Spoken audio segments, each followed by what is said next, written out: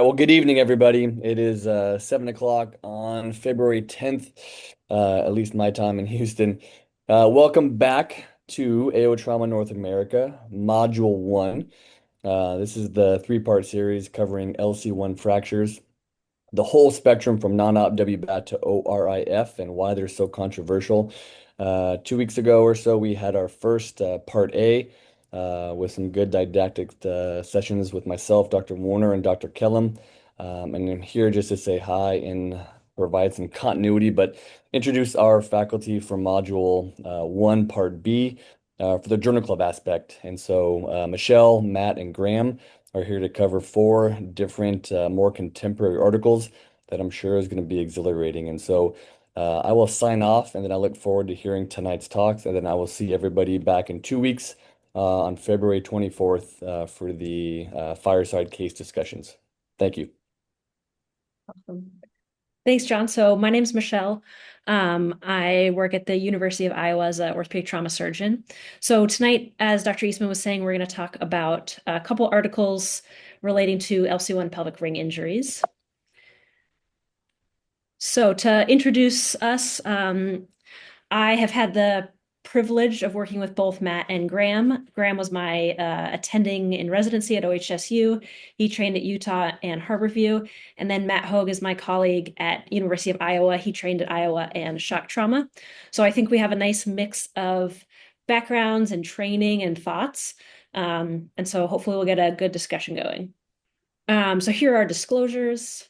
AO North America is independent and nonprofit, does not endorse any specific product or service of commercial entities, and so any equipment used in this course is for demonstration and teaching purposes.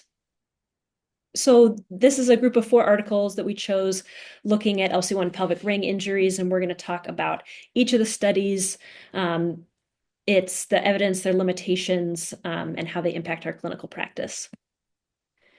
And here are the learning objectives. Here's a basic agenda. We'll try to keep things brief and moving along so we can talk about everything. There will be time at the end to ask questions. But if any questions come up during the talk, just write it in the question and answer. And so we will get started.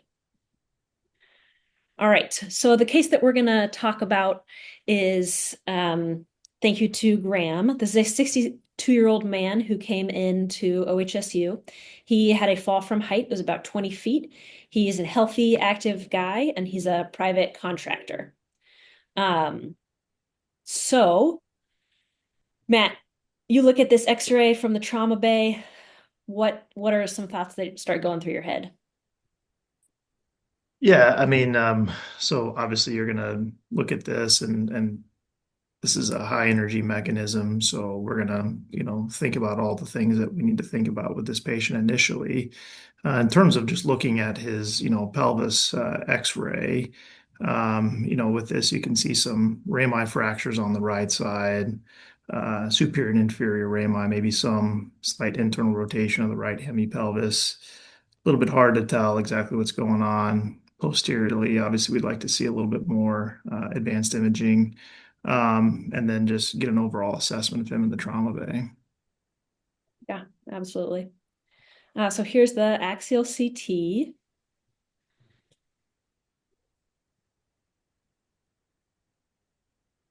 So there's a right-sided sacral injury. And then, as you said, Matt, in the front, there's a right-sided inferior and superior rami fractures.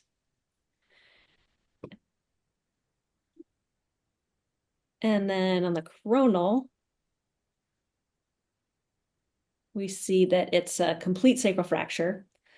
And then those anterior ring fractures. So before I ask you guys how you would manage this patient, we're going to talk through the articles and then come back at the end, discuss how the three of us might manage it, and then see what happened for this patient. Yeah, and Michelle, a couple things like Yeah. some of the details that I think the CT brings up that you couldn't see in the CT in the X-ray. Like you said, complete sacral fracture, and then fracture extending up into that L5 transverse process on the right side. The comminution of the parasymphyseal fracture, and we'll talk about some things with LC-1 fractures that might indicate instability, and kind of go through the articles and talk about this at the end. Yeah. All right, so these are the Leopold questions that we'll kind of use as a general guide for how we talk through the articles. We won't go through every single question, but kind of keep it on the side as a reference. All right, so I will talk about the first article, which is anterior pelvic ring fracture pattern predicts subsequent displacement in lateral compression sacral fractures. So just like you were talking about, Graham, I think what we all want is we want to know what information from an AP pelvis, or at least the CT scan, a static CT scan, what information does that tell us, and how does it help us predict instability or future displacement? That's kind of what we want to find out.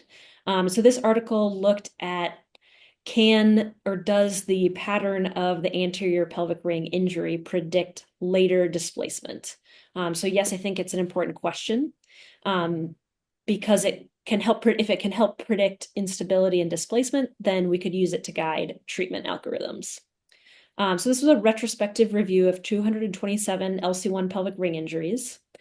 They assessed displacement on either an EUA if they were brought to the OR, or at their follow-up at least 4 weeks. And then they assessed outcomes, what anterior ring injuries were correlated with later displacement on either the EUA or follow-up radiographs. So they found that there was increased risk of displacement with anterior ring fractures that were comminuted, that were oblique, and that were bilateral.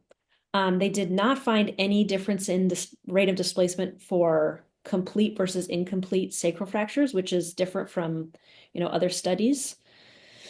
And then they also looked at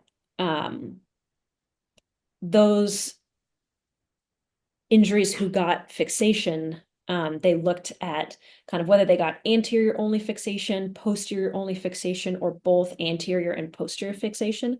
So this was not the primary outcome of the study, but they did find that of those pelvic ring injuries who got only posterior fixation, that 52% had later displacement, whereas those who had either anterior only or anterior and posterior fixation it was like 0% and 1%. So I think some strengths of the study, I think looking at not just the number of rami fractures or laterality, but looking at the morphology of them, whether they're comminuted oblique, I think is a strength of the study. And then I think, trying to start to assess whether posterior only fixation versus anterior and posterior fixation, whether there's a difference in later displacement. So I think those were strengths. The weaknesses, I had trouble finding out exactly what their displacement measurement was. I think, I'm sure you guys have both tried to measure pelvic ring displacement, and we could have a whole other journal club on how to measure pelvic ring displacement. But it's a three-dimensional structure. And so depending on what exactly they were measuring, I think it's hard to assess, is that vertical displacement, rotational displacement, or what exactly was happening. And then I think, this was essentially a radiographic outcomes study. It doesn't answer the question or even pose the question, does this displacement impact patient outcomes?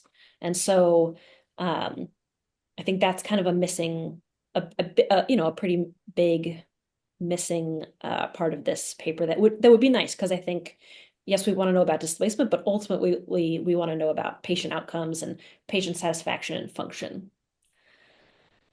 So before I ask you guys any questions, any initial thoughts on this article?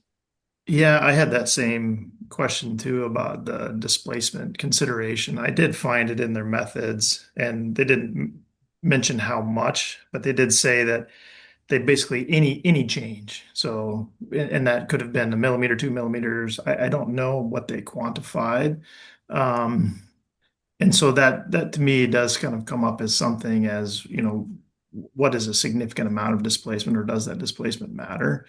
And to me, that's sort of the crux of this whole conversation with these. And it's just a fascinating trend that's happened over the last 10 years of these. I know, Graham, you've been pretty involved in a lot of publications, but it's really trying to decide what factors contribute to instability or displacement, and then secondarily decide, does that even matter? And so I don't know. I do like all of these papers that keep coming out and really trying to parse out these sort of nuanced characteristics, especially at the rami fractures. I think and it is interesting, like you said, despite what most evidence would suggest about complete or incomplete sacral fractures, sort of once you get more of a complete sacral fracture, we're gonna give that some more consideration towards instability, but really defining and looking at these nuanced rami characteristics, it's going to be layers on layers that continue to build, and it's not going to be this paper in isolation that's going to like set us over the top, but you keep building on some of these nuanced characteristics. So I like how detailed they got about the individual characteristics of these things, because I think it's just gonna give us more information going forward. Yeah, I agree, Matt. I think there's some like really, really interesting kind of novel findings in this paper that really focus on the front of the ring. And we talk about pelvic ring injuries and LC-1s in particular, and we talk about, pelvic instability and pelvis deformity, those kind of being grouped together and have a hard time understanding what's important there, how much instability, how much deformity actually matter for patient outcomes. The other thing that this paper doesn't really get into is pain, and some of the other papers talk about, what matters to patients, getting home and mortality and those types of things. So this paper, like you said, Michelle, talked just about radiographic outcomes, but I think some of the unique things about this paper compared to some of the other papers are looking at really classifying the anterior pelvic ring injury and saying, hey, this might be more important than or more nuanced than some of the previous publications, like the Bruce paper that we commonly refer back to, that just says, is there a rami fracture or not? Is there a bilateral rami fracture or not? This really delved into the nuance of what is that anterior ring fracture. And really, this paper makes it seem that those anterior ring fractures are really important, at least based upon their definition of what displacement is. And does that matter or not? It doesn't answer that, but it tells us that, yeah, that anterior ring fracture is something that we should really look at, and we should look at more than just is it there or not, but kind of what's the nature of it. I think that was important. And then the other thing is the incomplete versus complete fracture. A lot of people have looked at that, and we might not be so good at telling if an incomplete fracture, especially in a geriatric population, might actually be complete. It's just hard to see on a CT. That's actually what I was going to mention on that first case that we're going to ultimately get to and talk about. That's a fairly subtle complete fracture. You have to look and see it a little bit better on the coronal there. But yeah, sometimes whether the sacral fracture is complete can definitely be sneaky.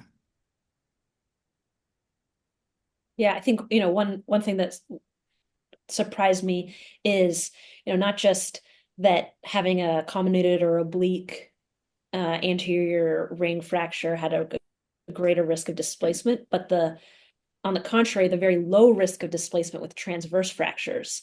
And so how, in comparison, we're talking about instability, but, based on this paper's results, those transverse fractures are pretty stable and maybe have a lower risk of displacing and maybe don't need operative fixation necessarily.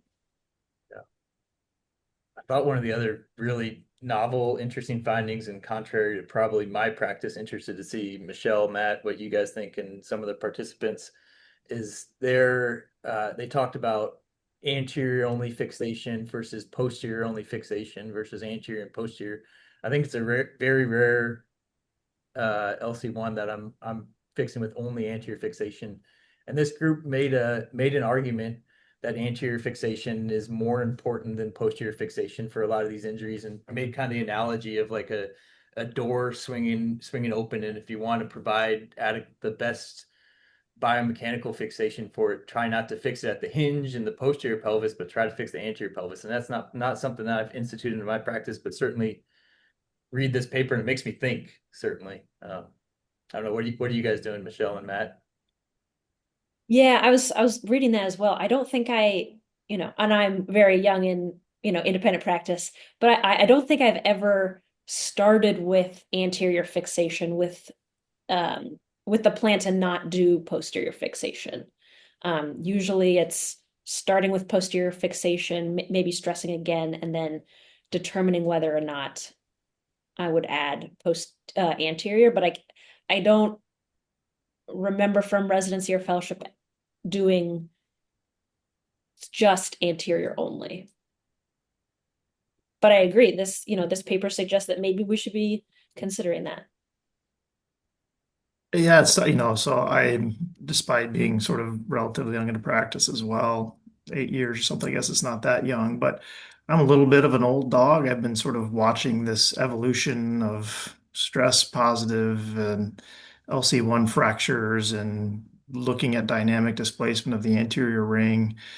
For me, for most of my practice for LC-1, it's, again, there's a wide array of what we throw into this LC-1 bucket, from ones that are quite unstable that are going to get operated on. And those are the ones in LC-1 that I've tended to operate on. And a lot of these that folks are showing dynamic instability on, I've probably non-opted them, and with, I think, pretty reasonable success. Now, it's like I said, this is an evolving field. And so have I done posterior fixation for a complete sacral fracture and have a ramus that's maybe a little bit mildly displaced, but overall a reasonable ring, and left that alone? I have. Um, and so, like I said, it's, to me, this has been a sort of a fun, evolving set of literature that as more and more comes out, we may find there are cases where rami or things that I've left in the front would be well served by putting some fixation in, to either help with pain and mobilization, or even to have other benefits, potentially mortality, et cetera. So one thing that was, interesting looking at all of these articles kind of together is a lot of them ended up reporting what percentage of LC-1 fractures, or what they were classifying as LC-1 fractures, what percentage they were operating on. And so I don't know if you guys saw this number, but this number surprised me a little bit. So Graham, if you had to just think on your practice the last 5-6 years, what percentage of LC-1 fractures do you think you're operating on? Good question. I bet it's 1/3, maybe 50%, somewhere in that range. But very much, I think when we're talking about minimally displaced LC-1s, and then I think grouping all minimally displaced LC-1s, high energy, younger active person versus geriatric ground level fall. I think those are two very different buckets, but I bet it's, 1/3 to 50%. Yeah. What about Matt, you? how about you? Again, are we talking about sort of these minimally displaced or non-displaced LC-1s? I don't know that I'm operating on hardly any of them.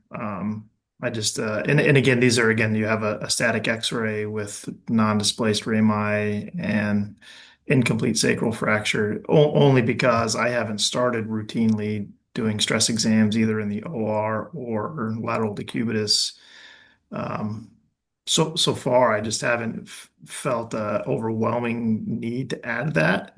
Mostly when it was sort of EUA, but there's starting to become a lot of appeal to the out of the operating room evaluations of dynamic instability, either the lateral stress radiograph or kind of what the next article is going to be, whether there's something you can do with a pelvic binder in the ER.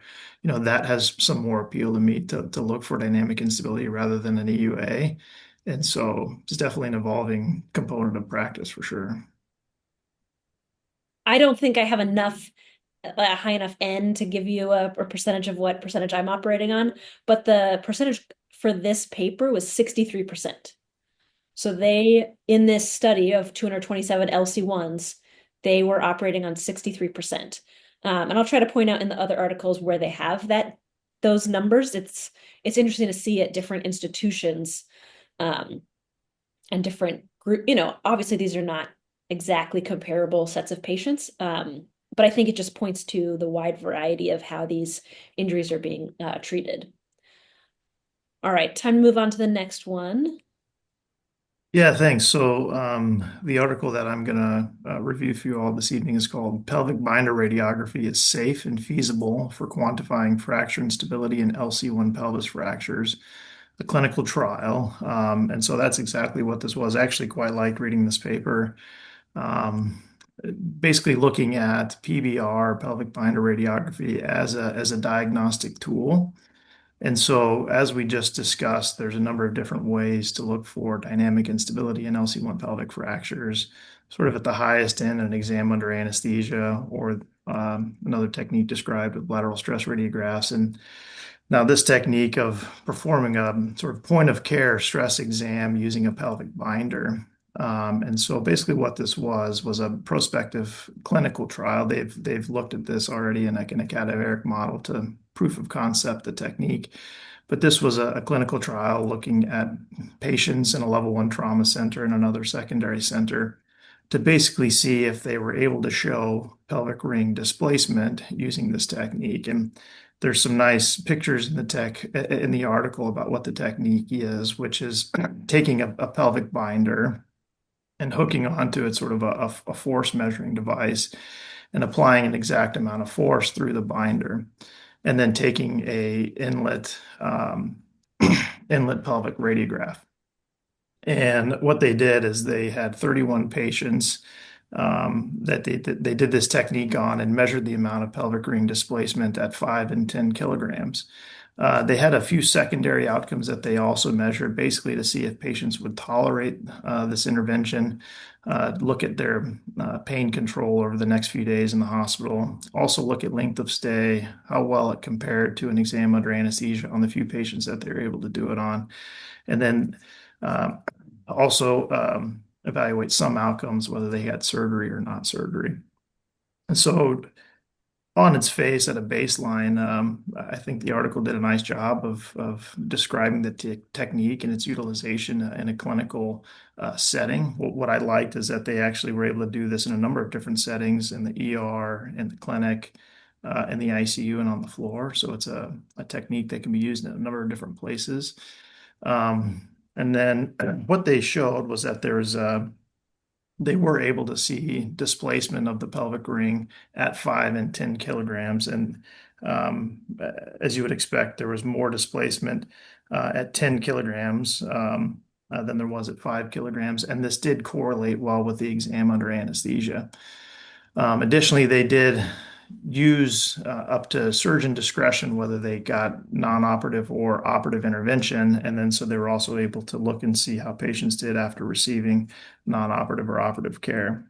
Um, there wasn't really much else in terms of clinical outcomes that I think could really be gleaned from the study. I think it was mostly a feasibility study, whether this is a useful tool to assess for dynamic instability. Um, and so some of the other outcomes that they reported on were effectively um, what the hospital length of stay was, which was actually a bit higher in the operative cohort rather than the non-operative cohort, and no real differences in pain. I do think a nice outcome of this was that all the patients were able to tolerate the intervention. About half of them reported that it was painful to do it, but they didn't have anybody that had them stop or not use the pelvic binder to get the X-ray. So all in all, I thought it's again sort of a stepping stone towards the next study that's going to look at this and how it may correlate with other outcomes, but sort of a proof of concept of using this as another way to assess for dynamic instability. Certainly not something that we're doing at our institution. Graham, I don't know if Not you've yet. used this or know anybody that uses it, but I thought it was a pretty nice little technique. So Yeah, we've used it a handful of times for kind of borderline LC-1 injuries that we want to know more about, and it's been a pretty nice technique. And I think it's like you said, it's a feasibility study that Joe put together, and it's a really nice one that he's following up with the clinical trial using this technique too, which will be interesting to see what comes from that. but it's a nice response to, Josh Perry introduced us to the lateral stress view, and some of the knocks on that are that, big people potentially have more force when they're put on their side, and it's painful to lie on your side. And then the Utah group introduced us to the supine ED stress. And again, calibrating how much force is put on the pelvis, whether you have a strong resident or some shrimp kind of pushing on the pelvis, you can make a big difference. And so this kind of takes some of that variability and improves upon that. So it's another possibility. And I think, Joe trained in Seattle where I trained, and something they talked about there and we actually published on was the fortuitous stress exam, pelvic binder stress exam, where someone's out in the field and the EMS person puts a binder on an LC fracture because they have a pelvis injury and they come into ED and they have this fortuitous stress, and so it's kind of the next step of that, which was a kind of an interesting Fun. story how I think Joe ended up getting here and doing a nice job with this. Michelle, are you guys? Yeah, you're at the same place as Matt, so you're probably not doing this Yeah, exam. not yet, not yet. So I picked, I wanted to do this article. Um, I think it's first of all just a very well written and well um, planned out trial. And so one second. Um, and so I like that. And then as you were saying, there's been a couple different, first we had the EUA, which has definite benefits. The patient's under anesthesia, they're not having any pain. Um, but you have to bring the patient to the operating room. And so now, Graham, when I was your resident, you introduced us to the manual stress, and we talked about the lateral stress view as well. And I know that you were intimately involved in that study at Utah, including your hands, I believe, were the hands in the article. Is that correct? Maybe, yeah. Yeah. And so, we kind of talked about it in residency. But I think this is kind of the next step we have. Okay, we can look at static radiographs and what aspects of the fracture pattern can help predict displacement. But this is kind of, okay, how can we do a dynamic stress exam and what are the different options? And I agree. I think the ability to standardize this with the 5 kilograms and 10 kilograms is what I think sets it apart from the other options, potentially. And it uses a tool that we are all familiar with and that exists already in hospitals. So I'm excited to see, the next phase of the study. And Matt Hogue maybe doesn't know this yet, but I'm starting to look into seeing, could we maybe institute this at Iowa? And Yeah, I think a couple things. Yeah, I'm all for it. Like I said, this whole topic's been evolving and a lot's come out in the last few years, and I think it's worth looking. The thing again that we still don't totally know is what do some of these displacements mean clinically, and to that end, I can show you what are some kind of funny looking rami that the patient's doing just fine, and so it's I think as we get further and now it's like this to me, like I really think this, if you were to choose a technique that we're going to start doing at Iowa, I think this is a great one because you can measure it, and you can, as this trial goes into the next phase, you can really have some hard data that you can then hopefully correlate it to some clinical outcomes. So um, yeah. Yeah, agree with that. And I think, one of the things, and Pierre Guy had a nice comment in the chat that I'm going to answer to soon, but he said, agree with these stepping stones approach. However, aren't these studies inherently biased by the fact that they're making decisions about surgery without a good knowledge of the outcome or non-operative care in the setting of displacement? No displacement at rest, and while tested, don't we need a good natural history study? And absolutely, I think there have been some natural history studies like Tornetta's study and Jill Soul's study of 100 plus non-operative LC-1 fractures that did just fine. But you go back to that study and it's surgeon said this fracture doesn't need surgery, or this, and that just shows that those surgeons are good at choosing which fractures didn't need surgery. So a great natural history study is something we absolutely need. What I love about Joe's technique here is that it gives some objectivity that hopefully we can follow over time and see what happens. The other kind of exciting thing about the binder, the PBR stress exam, is number one, the name PBR stresses sounds pretty cool. Number Very two, cool name.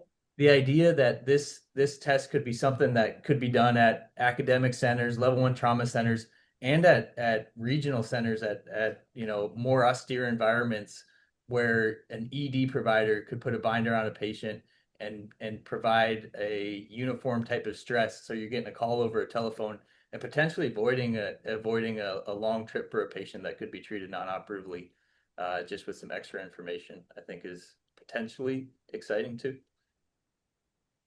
Yeah, it's a good point. We definitely transfer LC-1 pelvic rings, and then end up not operating on them, and having information that we could get from an outside hospital would be definitely helpful.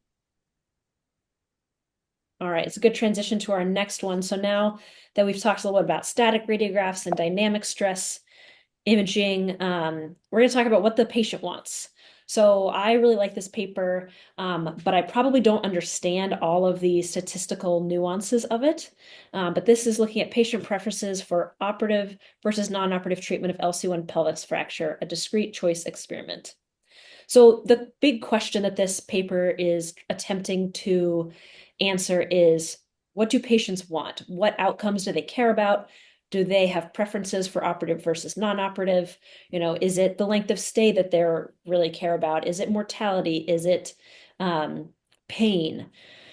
Because I think, we're trauma nerds. We love to measure X-rays um, and debate dynamic stress radiographs.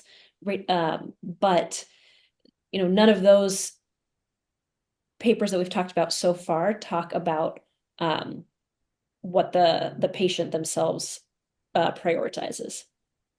So this was essentially, they took a retrospective look at patients who had LC-1 pelvic ring injuries and had undergone either operative or non-operative management.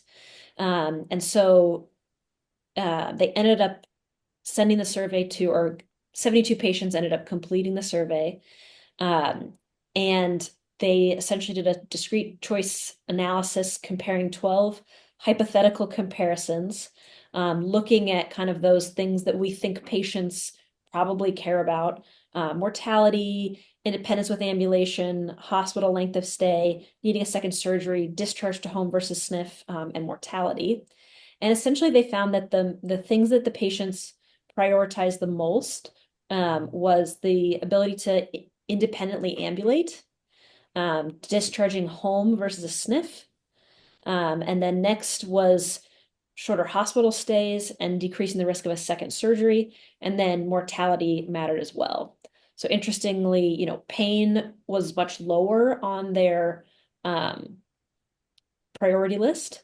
And then I think, one of the, in my mind, most interesting findings is they also tried to find, ask the patients if they comparing operative versus non-operative management. And essentially, the patients who had undergone non-operative management preferred non-operative management, and the patients who underwent operative management preferred operative management, which I think, to me, that's a little bit of an unexpected finding, but maybe even throws more of a wrench into our decision making. But I'm, curious to see what you guys think about this. And again, I do not understand discrete choice experiments as much as I wish I did. So if you guys have other pearls, please chime in. Yeah, I love this study because I think it gets to the point of like, what do patients care about? We talk about the first study, we just talked about displacement and does it matter at all? And this study gets to the point of like, hey, what do these patients actually care about? And I thought the outcomes of this are like fascinating. So first of all, this discrete choice experiment, I think it explains it pretty well in the paper, and it gets a list of comparisons between scenario 1 and scenario 2, and takes patients through 12 scenarios, and then uses very fancy statistics and analysis to say what is the importance of each factor. and kind of ranks those based upon those. And yeah, people, I think one of the things it shows to me is that these patients, whether they get operative or non-operative treatment, are generally happy with what they get for the most part, and can look back and they'd probably prefer to have that same thing again, because most of them do pretty well, whether you treat them operatively or non-operatively, is one of the outcomes of this. And then it also, I think one of the interesting things is like mortality to this group was like pretty low in the ranking of what they thought was important. Getting home, being independent, ambulating. And I think as people are building trials for this, another plug for Joe Patterson's trial called the Pivot trial that he's doing a pilot for right now, really emphasizes the importance in geriatric LC-1 patients of getting home and being independent and having days at home more than some other things, which is, I think it seems like based upon this, what patients care about. Yeah, I honestly, I don't know that I have a ton to add to that. I mean, that was a really good sort of synopsis of things. And yeah, it's like you said, we can kind of sit and measure and talk about displacement, but this is looking more at what the patient wants. And um, it's not, terribly surprising that they're going to like what they got, like you said, because in general, they do fairly reasonably well. Um, no, overall, I think it's a great study. I agree. Yeah, I Yeah, think that, I think well, some of like what we're doing here, like, people talk about the pendulum of operative versus non-operative here. And to me, the minimally displaced LC-1 is a little bit like compartment syndrome, where, I mean, not in the injury, but in the fact that we probably operatively treat too many of them, because we occasionally see the ones that don't get treated and do pretty poorly. And then it's a really, really, really challenging problem to fix. And so we probably end up treating far too many to avoid the very rare uh, poor outcome. yeah, I think totally agree. I think the two main things I take from this study are when we're thinking about future trials and in all different parts of orthopedic trauma, going beyond the traditional displacement and radiographic and, even patient-reported outcomes, but trying to figure out what outcomes really matter to the patient. I think this is going to help inform how we do research, and what kinds of questions we're asking. And then for me, the way that this has influenced my clinical practice is, for those patients and injuries that I think are borderline, or I'm not sure of the right answer, whether operative or non-operative management is, the right choice. Um, I think I found it really helpful to just talk to the patient and see what they prioritize, what they want. And often they will, you meet them and they're like, nope, I do not want surgery. I am like, do not touch me. And then I think we can both, me and the patient are kind of, we're both happy with the decision. And then some patients prioritize the potential benefits of operative fixation. And I think, this is encouraging to me that, we can keep listening to our patients and see what they prioritize and what they want in those, in between patterns. Yeah, and this is a gray enough area that I think that's always going to be an important thing, is to sit and have a conversation with the patient. I suspect over the next 5 years we're going to get quite a bit more clarity on which direction we should go with some of these things. I do think, kind of back to Pierre's question, we do need to be thoughtful about what we operate on. And just because, especially in geriatric patients, these things aren't totally free, and screws will back out or they'll fail or they'll have complications or hematoma or issues with anesthesia. And so, as we continue to parse out what factors are important, especially clinically and not just radiographically, keeping the patient in mind and giving them some skin in the game when there's a gray area is always going to be important.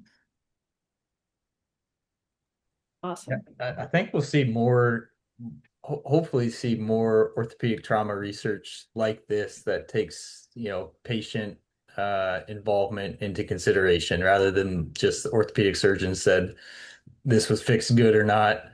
And I think that's a good thing when we get more patient centered and have more patient feedback about what seems to be important to them. Yeah, I think it's really exciting. All right. Article number 4. All right. Article number 4 is operative versus non-operative treatment of stress positive LC-1s, multi-center retrospective propensity matched analysis. This was a study that was the primary author on this, I think, was Josh Perry and the Orthopedic Trauma Research Group, the Otter Group. And in a full disclosure, I'm one member. I think Michelle's another member of that group.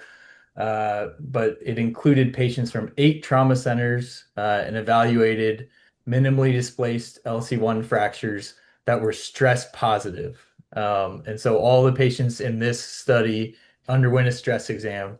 And one of the interesting things was that it came from a group of centers where some people, like Josh and his group, were doing lateral stress exams. Some people, like Utah, were doing supine ED stress exams, and other groups were doing EUAs. I don't think the PBR was prominent yet. And so it ended up having 224 patients included, and all of the stress exams were deemed stress positive by the treating surgeons, which was generally indicated as greater than a centimeter of displacement, which that's another thing to potentially talk about. But at baseline, the groups, the operative versus the non-operative group, were quite different. The non-operative group were older, sicker, generally had lower energy mechanisms of injury, and the fracture characteristics could generally be considered indicative of less instability in the non-operative group, which all that I think is not surprising. Um, and so what Josh did is he propensity matched to try to control for some of that inherent bias or inherent differences between the two groups. And so pre-match, there was big differences between the groups. And then he matched for complete sacral fracture and baseline ambulatory status and mechanism of injury, and then ended up with a fairly balanced group, I think with about 77 patients in each group. So 77 patients in each group, and then went back to the demographics and they matched up pretty well with no significant differences between the groups. And so I think the big finding here was that when you compared that propensity matched analysis, there was a 5% mortality rate in the operative group and a 15% mortality rate in the non-operative group, which was statistically significant.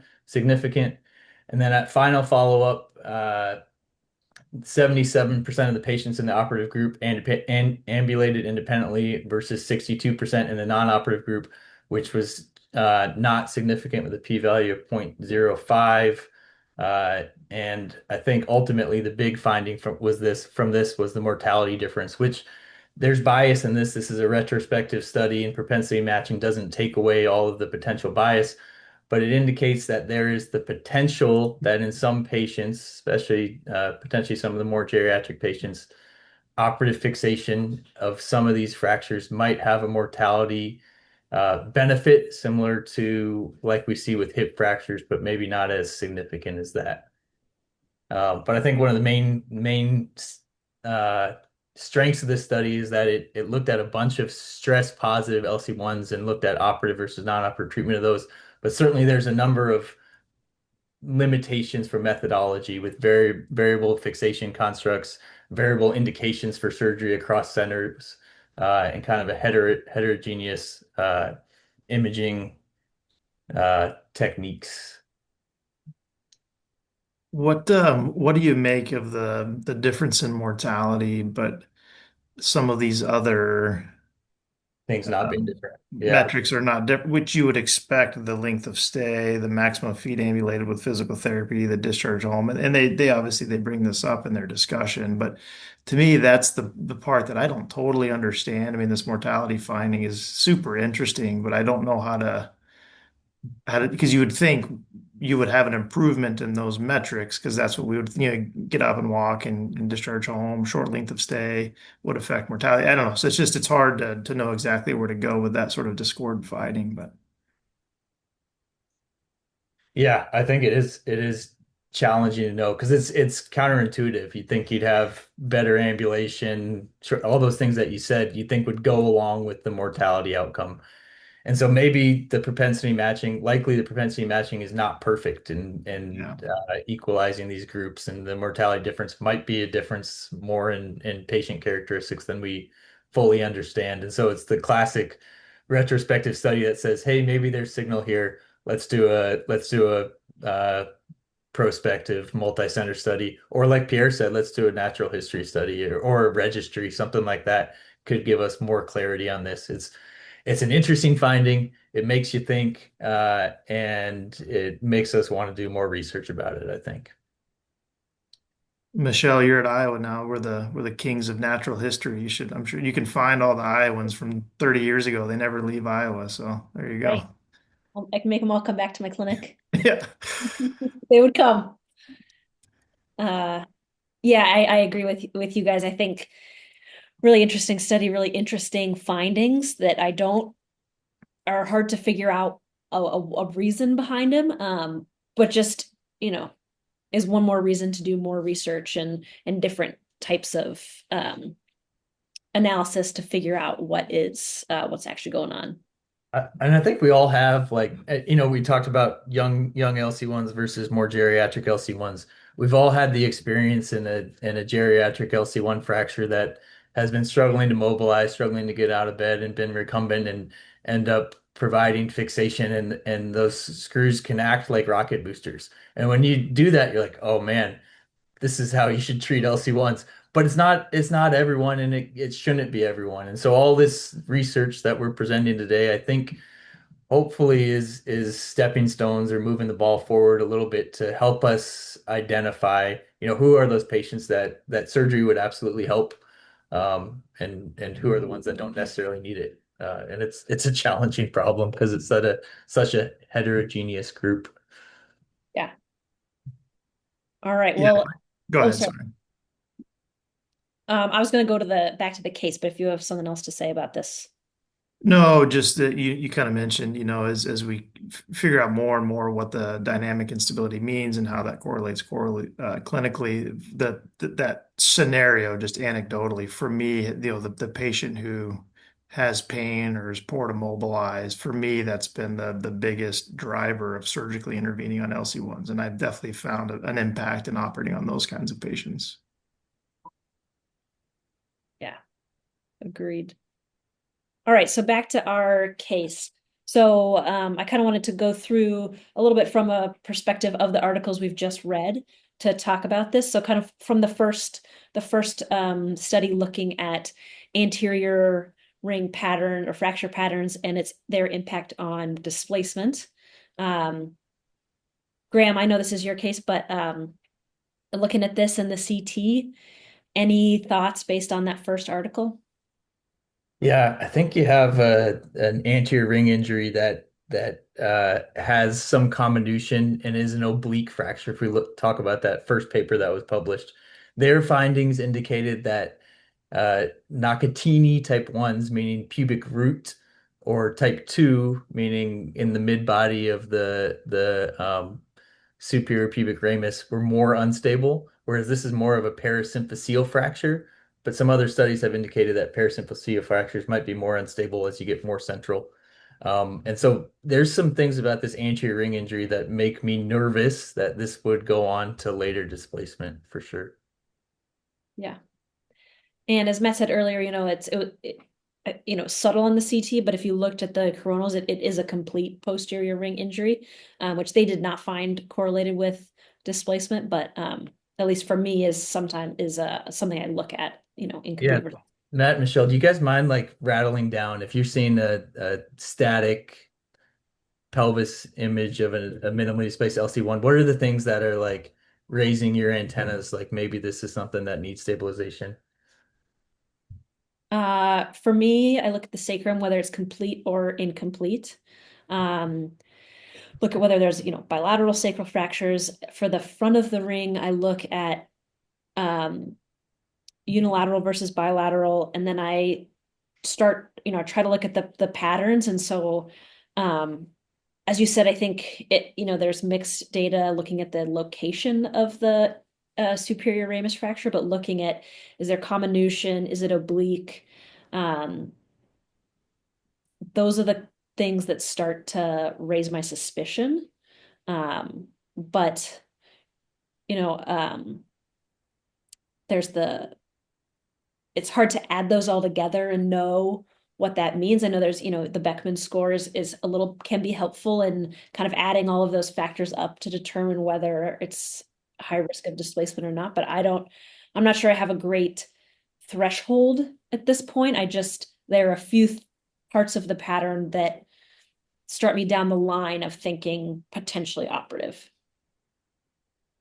Yeah, before a lot of the more recent dynamic instability, there was a, paper from 2015 or so, Mark Riley was on, I believe, and that was looking at a lot of just static predictors of displacement. And so as soon as you add some of those things up, complete sacral fracture and then bilateral, so certainly bilateral rami. If I see bilateral rami, I'm pretty worried that it's going to be more of an unstable pattern. And then even just some of the subtle signs of displacement. Even though this one's not terribly displaced, there is some subtle internal rotation of the right hemipelvis already on this radiograph. And so, this to me just doesn't look like one that you're going to want to leave, I guess. It's sort of how I'd look at that. But And then Graham, did you do a stress examination on this patient, EUA or? Yeah, this guy got away from us. He got non-operative treatment and left the hospital. interesting. Yeah, Yeah, I agree. yes. And then he showed up at your clinic a few weeks later. Yeah, so he showed up to spine clinic because he had some spine injury, and they said, "Hey, we got a non-operative pelvis injury over here. It's 5 weeks out." And they brought him over to my clinic in the middle of the clinic day, and he had these three views, which I think if you look at them at that inlet view and actually at all the views, the inlet view, the outlet view, this is starting to have some displacement and it's not super subtle anymore. And it's kind of a classic LC-1 displacement where you have internal rotation like Matt was talking about before, and it's probably some flexion of that hemipelvis as well. What's Michelle or Matt, what are you guys doing now? He's hurting. He went to see his naturopath and he's getting prescribed ketamine. And is that working? It still hurts. Yeah. Um, I'm calling you, first of all, to see what you would do and get your advice. I think at this point, it's not going to, I'm concerned it's not going to reduce without doing an osteotomy or kind of refracturing. Um, and I do know what you ended up doing on this, but I think some sort of external fixator or universal distractor to something, I think you're going to need a lot of force to externally rotate the hemipelvis back, and then a combination of anterior fixation with at least a plate and screws and posterior fixation as well. But this is, it went from a fairly straightforward surgery to a pretty big endeavor.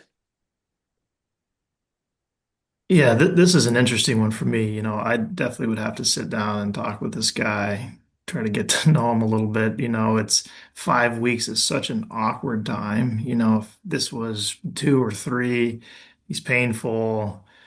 You start to get to 5 and beyond. I would at least have a discussion and consider just leaving it non-surgical. And 5 weeks, it's still within a time point that it's healing and would hurt. And maybe over time, this would feel better and do okay. So I would at least consider that and talk with him about it. If he seemed like a reasonable patient or we really felt that there's an opportunity to move it, I would study a CT because I do think at 5 weeks, this is not going to reduce terribly easy. And it's going to take quite a bit of work to get it back. Yeah, that's the discussion we had in clinic is that, there might be, we don't know, but there might be some long-term effects if this heals like this or even displaces a little bit more and heals a little bit more displaced where you start to see the hip centers look pretty reasonable there, but if you straightened out his iliac crest, he might have a little bit of of a leg length discrepancy and potentially some sitting imbalance. But certainly, if this is a low demand person, not crazy to consider non-operative treatment too. And surgery at this point is a big surgery. So after talking to him, he said he's an active guy with like the possibility of as normal of an outcome as possible. And so we decided to do a surgery for him. The other thing too is not only do you have deformity you have to deal with too, rami fractures, even if they're mildly displaced, heal most of the time. You start to get this much displacement, you get non-union too, that can lead to long-term problems. So, yeah, if he's an active, pretty reasonable guy, I mean, I think you have to give serious consideration to fixing this for him. Pierre asked another very good question in the chat. I know we've got like 5 minutes, but he asked, would you try to stress him, bind or flamingo view? I did not do that for this patient. I felt like he had displaced and his pain was proven his amount of instability, but certainly a reasonable option to try to get him to stand on one leg or do a stress view in the clinic, which Joe proved is possible to do to see if this has even more instability than we're seeing here. And we're going to skip ahead a little bit, Graham, because we have, I didn't include your CTs on here, but mostly the final product, um, which looks fantastic. But it's a big thing to do at this point, rather than just some percutaneous fixation. This was an open anterior approach, used an oblique distractor. If you haven't seen that, that's a paper that Chip Brout and I think John Eastman wrote up about a pin in the AIIS corridor on one side and a pin on the gluteus pillar corridor on the contralateral side, and using that obliquity to distract against the flexion and internal rotation deformity, and then taking down a lot of early callus formation and providing fixation here, and ended up with a reasonable shape to the pelvis, but it was a bigger thing than what an early surgery would do. So wish I had read some of those papers before. So, my reaction when I see this is, well, gosh, like now I want to fix every single LC-1 pelvic ring so that I never have to, so it never gets to this point and I'm never doing this surgery. I understand that's reactionary, but after this happened, what happened to your practice? Were you then fixing more of these, or, how do you balance this one outcome with not going so far the other direction and doing operative fixation on everybody? Yeah, it's hard not to be reactionary. I think, you look back at his presentation x-ray and his injury, and Matt brought it up. It's like that looks like one that's already starting to displace a little bit. And so having a maybe a closer ear to sign out when somebody like this is coming by is important. And I think the other thing to notice, somebody might ask why I crossed the symphysis here with fixation. When it put that distractor on, I mean, the distractor started bending, is how much force it went across it, and actually it popped the symphysis, and so the symphyseal ligaments distracted a little bit, so that's why that ended up crossing the symphysis, because there's so much force that it took to reduce this. All right, well, that pretty much wraps it up. If anyone has comments or feedback, Chris Domes' email is right there. So hopefully we have achieved the learning objectives. And then most importantly, things coming up. So the third part of this series on LC-1 pelvic ring injuries is on Tuesday, February 24th, which should be very exciting. And then there's an AO Trauma Fellows webinar on femoral necks on Tuesday, March 10th. So lots of things coming up. And thank you everyone for being here and asking questions. And it was hopefully a great discussion.